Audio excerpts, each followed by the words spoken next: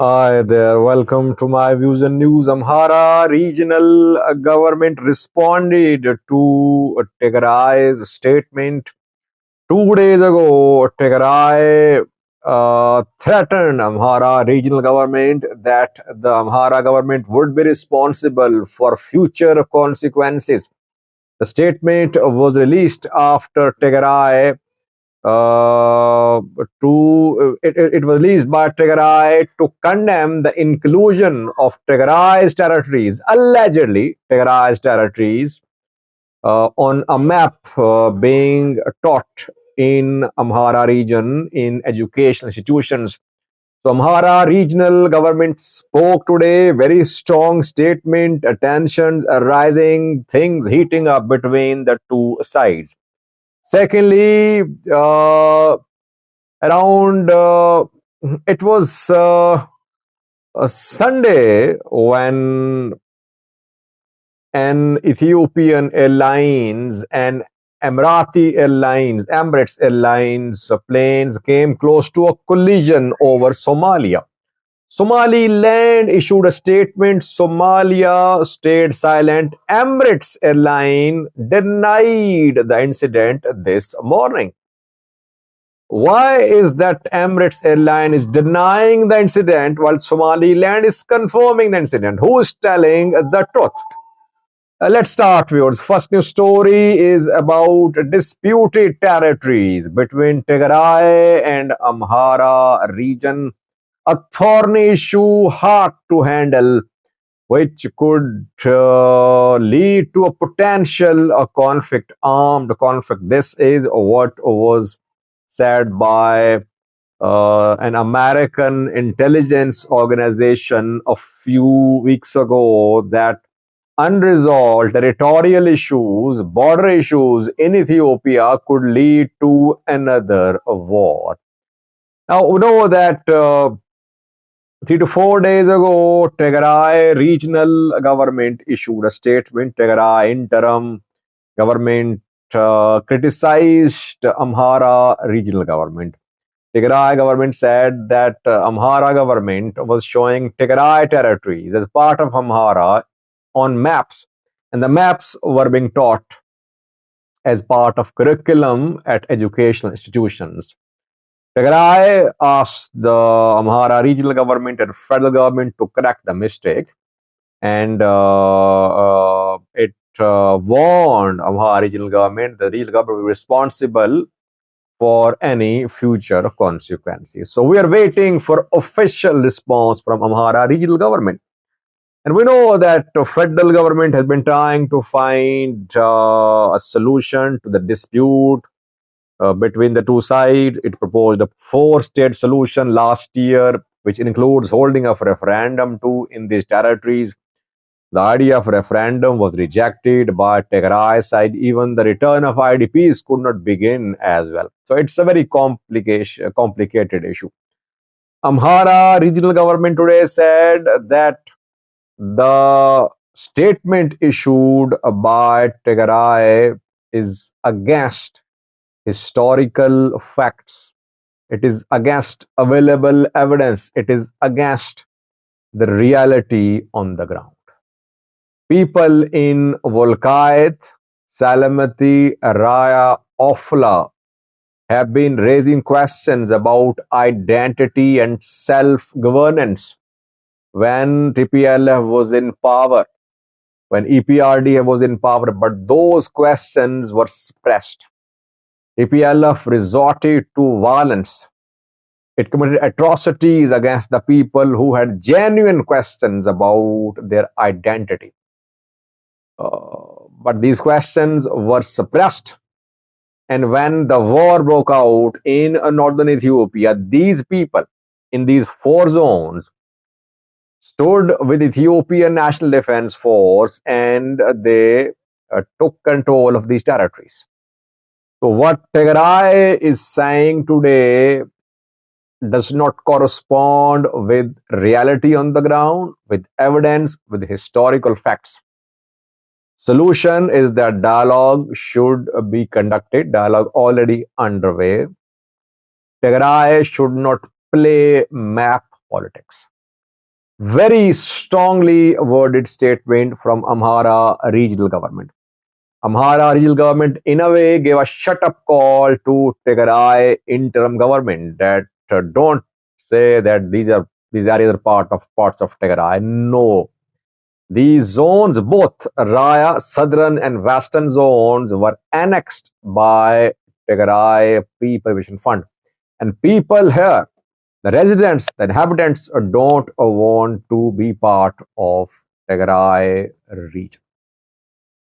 So it means that no progress has been made, not an inch of distance has been covered in the progress to resolve the deadlock between Tigray and Amhara regions.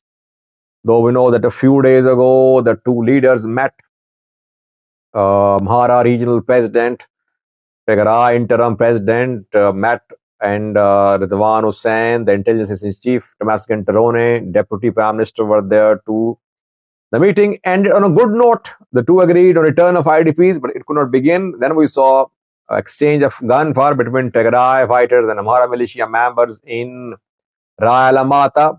Before that, statement from Tigray, now statement from Amhara regional government. So all these developments indicate that no progress has been made. Volkait, Raya, still a very complicated issue. Federal government, I think, would be a little relieved now. Now Tigray and Amhara are confronting each other. Fano groups don't know what to say because they have been fighting to push towards Addis Ababa. Now this war of words between Tigray and Amhara regions, it is difficult for the Fano fighters to respond to. If they start criticizing Tigray, their push towards Addis Ababa could be affected. If they start supporting Amhara, if they start supporting Tigray, their people would not accept that. They are in a difficult position, but they don't want a war against Tigray at this point in time. I talk to people from Fano, they don't want war against Tigray now. At the same time, they don't want to surrender their claim to Volkait.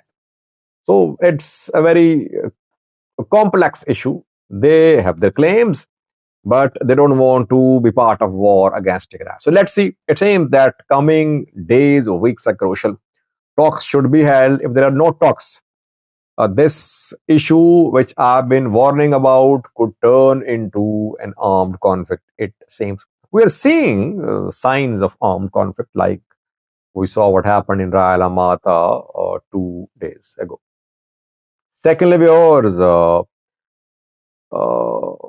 this week, Somali Land Civil Aviation Authority issued a statement, official statement. Somaliland said that an Ethiopian Airlines plane and an Emirates Airline plane came close to a collision over Somalia in Somalia's airspace because of wrong instructions passed by Mogadishu-based air traffic control. Mogadishu remained silent. Ethiopian Airlines did not say a word, but Emirates Airlines issued a statement today. Emirates Airlines is denying any incident which was close to a collision over Somalia's airspace between Emirates Airline plane and Ethiopian Airlines plane. The airline said today that the airline's planes have anti-collision systems installed, and airline ensures high quality of safety measures adopted by its pilots, by its staff, by its planes. That is why nothing happened, and the flight did not face any threat from any side. Now, question is, was there no incident which could be called a near miss collision? By the way, these modern planes have anti-collision systems installed. So pilots are warned collisions don't happen between planes in the air. But question is, did the two planes came very close, precariously close or not? It happened. Civil aviation related experts are confirming that it happened, that Ethiopian Airlines plane and Emirati Airline plane both came very close. Was it due to wrong instructions passed by Mogadishu-based air traffic controller? It's not clear. But the airlines will not publicly admit that their planes came close to a collision, or they came very close, precariously close. Why? Because it would hurt their reputation. It's business for them. So they don't want to damage their reputation by saying that the lives of their passengers were endangered. That is why publicly they'll deny the incident. And secondly, we know that the planes have anti-collision systems installed, so planes were safe, passengers were safe as well. But now more than one incidents have happened over Somalia. Some flights are being denied access into Somali land, and Israeli airline also complained of communication disruption in Somalia's airspace. So it's a problem, it's a dispute mainly between Somalia and Somaliland. Both are fighting for the control of airspace. We cannot say the Somaliland is telling lies. The same time, we cannot say that